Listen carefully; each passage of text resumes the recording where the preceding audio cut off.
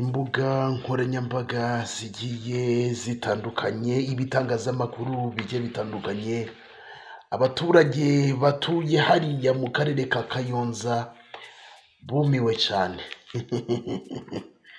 Ni umugabo witwa Mutsinzi Jean Dodier w'imyaka 35, ngira ngo donc uwo mugabo uri buramureba kuri iyo screen yawe urabona ko yambaye uniforme rwose, uniforme akaba yambaye n'ijipo. Biratangaje cyane, abantu benshi bari kuvuga ngo mu by'ukuri iyi minsi iraruhije. Niba umugabo w'imyaka 35 yagakuye amaboko mu mufuka agakora, akajya gushakishiriza abo mu muryango we akiteza imbere, hanyuma aho kugira ngo mu by'ukuri agire iyo mentality imeze gutyo, akumva nyine iki agomba kubeshwaho n'ubusambo. Birababaje cyane, uwo mugabo donc wafatiwe mu cyuho. Abantu benshi bari gutanga ibitekerezo, donc mw'abantu bumiwe. Ngira ngo nta n'umuntu uri buze kuza kuba wakurikira iyi nkuru utari buze kuza kuba yakumirwa bitewe n'ibintu uyu mugabo yaje kuza kuba yakora. Uzi ikintu gitangaje nuko uyu Mutsinzi Jean Dodier yahoze ari umwarimu ku kigo cya primaire cyitwa Ecole Primaire Kiyenzi, giherereye hariya donc igahini n'ubundi mu karere ka Kayonza. Birababaje cyane, abantu mwe biteye agahinda. Abantu benshi bari kuvuga bati se koko imyaka 35, koko nyine abantu ntabwo bari kubyumva. Uyu mugabo yatangaje abantu ku rwego rwo hejuru, yateye abantu agahinda ku rwego rwo hejuru. Uyu mugabo yafatiwe mu kigo cya Fawe Girls School, ni ikigo giherereye hariya mu karere ka Kayonza igahini.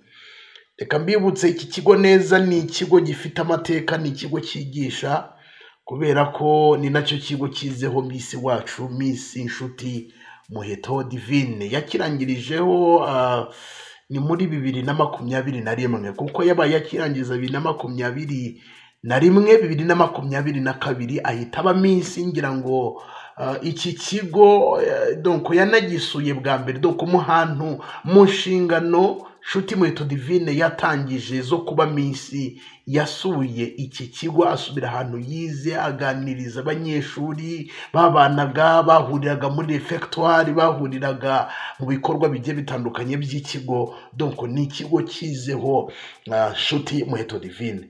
Ni ikigo ngira ngo wenda uri buze kuza kuba wabona amafoto agiye atandukanye na Nshuti Muheto Divine yasuye iki kigo. Urabona ko uniforme ubwabo bigana, ngira ngo uri buragireba kuri iyo screen, agakaruvate, baba bakeye bameze neza. Donc ni ikigo gifite ubukombe, cyigisha, ngira ngo uriho urabireba. Uribaza utese none uyu Mutsinzi Jean Dodier yafatiwe muri Fawe Girls School gute, tubona uniforme yambaye itandukanye niyo aba bana b'abanyeshuri biga muri Fawe Girls School bambara? Ese byagenze gute, bimeze gute?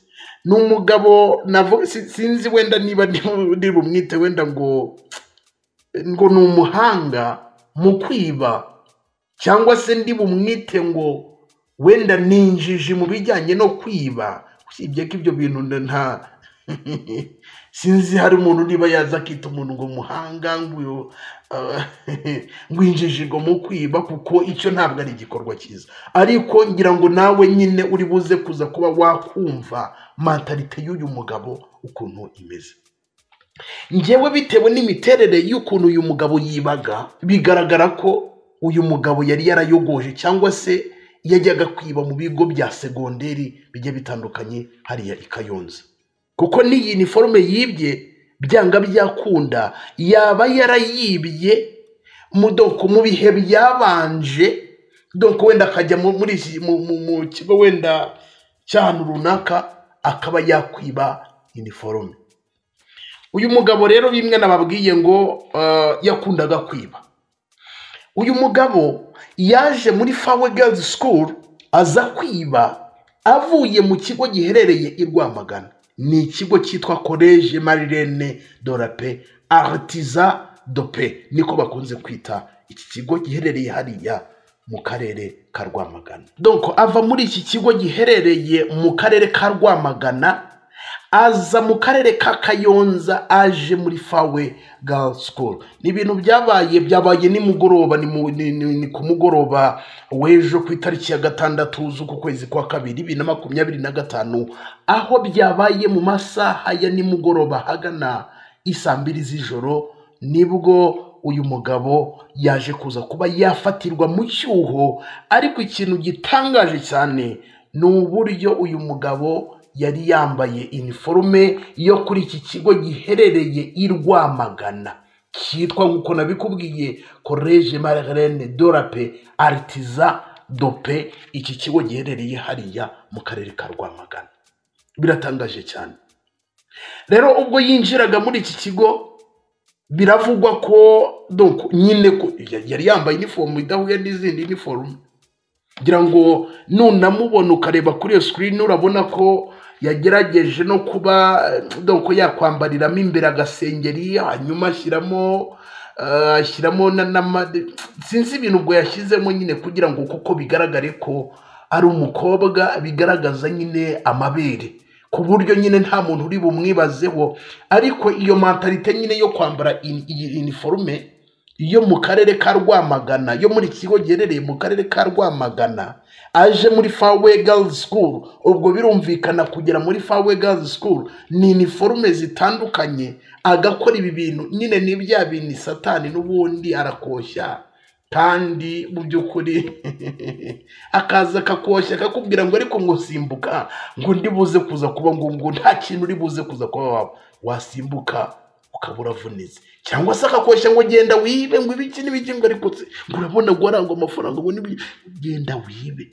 Ukagera bakabara gucakiye, kagera bakabara nyine ibibazo birakugwiririye. Urumva nyine Satani woheje uyu mutsinzi ngo genda ujye muri Fawe Girls School yambaye uniforme y'iki kigo giherereye mu karere ka Rwamagana, akinjira mu kigo nyine byoroshye cyane kuba mu by'ukuri abanyeshuri abayobozi bamutahura, dore ko nyine yari yambaye uniforme zitandukanye, yari yambaye uniform itari yo muri Fawe Girls School.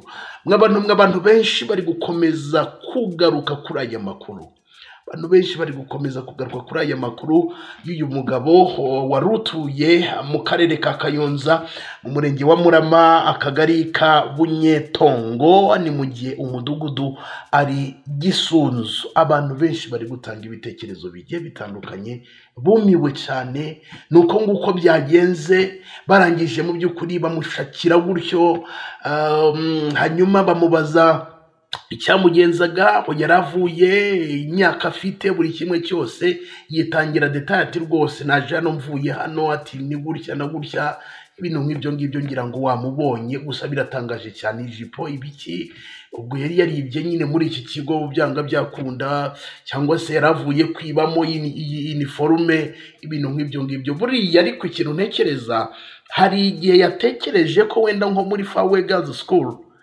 bambara hari uniforme y'umwe, ariko asanzwe atuyeyo. Oya ni Satani. Hagiye kuvuga ngo narivuze ngo wasanga yitiranyije, akavuga ati byanga byakunda Fawe bambara gutya, reka njijishimire gutya, kandi asanzwe atuye i Gahini, asanzwe mu by'ukuri z'iki kigo, asanzwe azi buri kimwe. Nyine urumva nyine ni Satani. Urumva nyine ni kwa kugira akaboko karekare, akavuga ati byanga byakunda ndi bujyemo ndiba nta kibazo. Ibintu nk'ibyo ngibyo. Abantu benshi bari gukomeza gutanga ibitekerezo kuri Mutsinzi Jean de Dieu wafatiwe muri Fawe Girls School ejo ku itariki ya 6 z'ukwezi kwa 2 2025, ahagana isaa 2 z'ijoro, ubwo yaragiye kwiba muri kigo, avuye kwiba mu kigo giherereye mu karere ka Rwamagana. Reka nsoreze ahanga, ndabakunda, nitwa Shadu, iyi ni Shadu 250 TV. Niba utarakanda subscribe ubikore, tujye tubana mu nkuru n'ibiganiro tugenda tubagezaho 5 kuri 5. Ariko kandi wandike igitekerezo, se iyi nkuru yumvise ute? Ese mukagira imana mwe nyine uyumvise ute? Ese iyi si murabona twerekeza ye koko?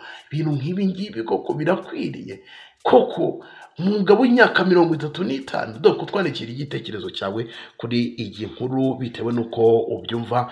Iyi nkuru tumaze kukugezaho. Ndabakunda, reka dukomeze tubane mu zindi nkuru.